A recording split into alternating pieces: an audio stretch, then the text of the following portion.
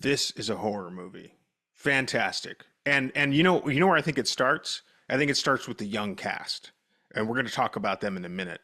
The young cast is something that is actually a staple of horror. And Fetty brought this up in an interview recently. He goes, most horror films they revolve around young people, and Alien is one of the few franchises where it's like it's people over 30. I know Ripley or Sigourney was 28, I believe, when they did the first movie, but she still played like an older person, and everybody around her was much older than her. Like everybody's in their 30s, late 30s, 40s, and 50s. And the same goes across the entirety of the franchise. You're dealing with older people for the first time. You're dealing with a young cast, and their motivations, their reactions, the way they navigate the horror.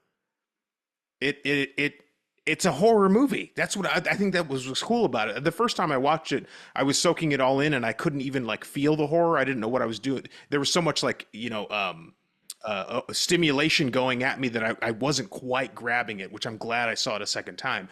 The second time, the horror is so evident. It is really this like young people running the gauntlet, running into the most terrifying creature in the entire galaxy. And it feels that way. And it feels very unique because it's young people and because of their motivations. And we're going to get into that. But yes, Damon, my big note was let's get to the horror. They got to the horror. It's bloody, it's scary, it's tense. I'm thinking pucker factor 8 to 10, depending on your persuasion. My wife, I took her for the second viewing. She jumped out of her seat multiple times. There's great scares in this movie. There's great tension in this movie. There's great thrills. There's even a lot of action, which that I think that's an homage to Aliens, because Aliens is one of the greatest action films ever made. So there's action, there's tension, there's thrills, there's chills, there's gore, there's blood, there's guts, there's monsters, there's scares, and there's some surprises. And we're going to get to that in a very, very short amount of time here.